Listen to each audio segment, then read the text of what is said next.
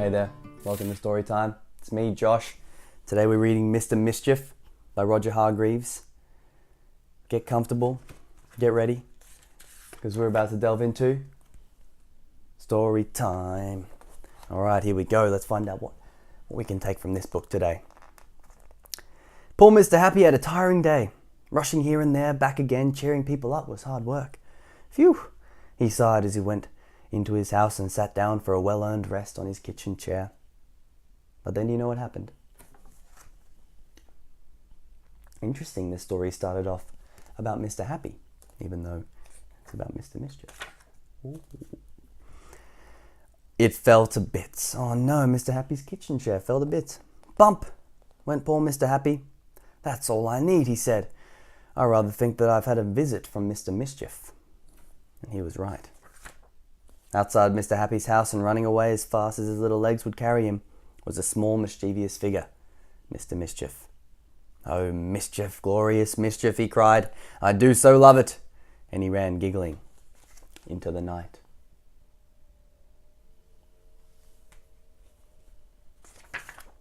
The next morning there was a knock at Mr. Greedy's front door, but when he went to answer it, there was nobody there.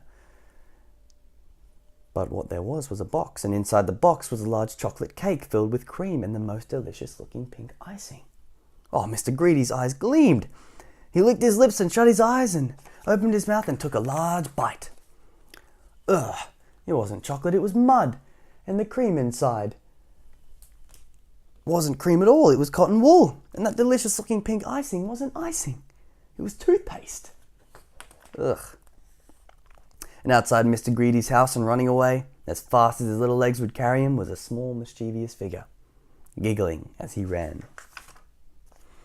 That's not all. That very same morning, Mr. Funny discovered that somebody had filled his hat with treacle. Very sticky treacle. Can you guess who that somebody might have been? Do you think it might have been Mr. Mischief? Yeah. Or Mr. Funny. However, that very same afternoon, Mr. Mischief did something that he was to regret. He was walking along through the woods looking for mischief when he came across a wizard. A fast asleep wizard. I know, giggled Mr. Mischief.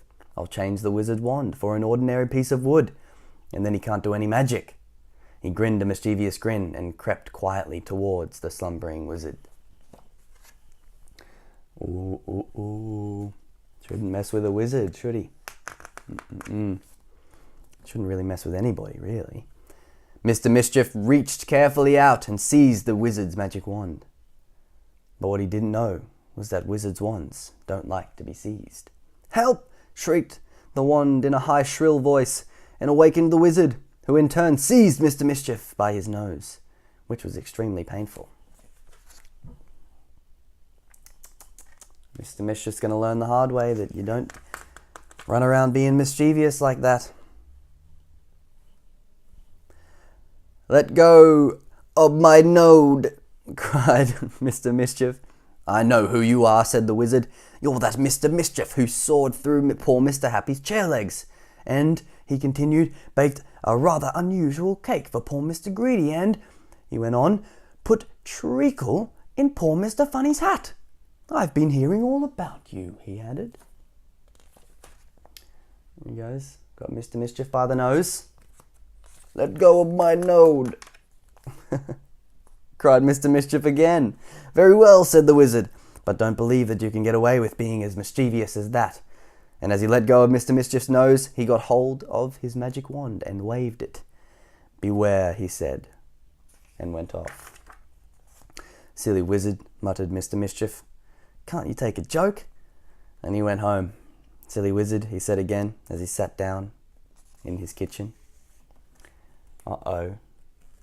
Do you think that chair might break? He might be getting what's coming to him. He's getting that karma thing. If any of you know what karma is. Bump! Silly, silly, silly wizard, groaned Mr. Mischief, picking himself up. Him and his silly magic. And he made himself porridge for tea. Is the chair breaking? Smiled Mr. Mischief as he put a large spoonful of porridge into his mouth. Somehow, as if by magic, which of course it was, the porridge had turned into sawdust Oh, oh dear, spluttered Mr. Mischief. Perhaps I had better not get up to quite so much mischief in the future, after all. And he went upstairs. He jumped into bed. Splosh. The bed was full of raspberry jam. Ugh! Oh dear, sighed Mr. Mischief. I think I definitely must not get up to quite so much mischief in future. And do you know something? The day after, he was as good as gold. And the next day, and after that, it lasted a week. And then that old mischievous urge got the better of him. He just couldn't help himself. It was a Saturday night. He crept into Mr. Fussy's house when he was fast asleep. And can you guess what he did? Oh, what a beautiful piece of perfect mischief, he cried as he ran, giggling home. Uh-oh, what's he done to Mr. Fussy? He'd cut off half of Mr. Fussy's moustache. Isn't that terrible? Poor Mr. Fussy, he was absolutely horrified when he awoke and found out. But even that terrible piece of mischief is not the end of Mr. Mischief's story. So, look, there's Mr. Fussy, without a moustache.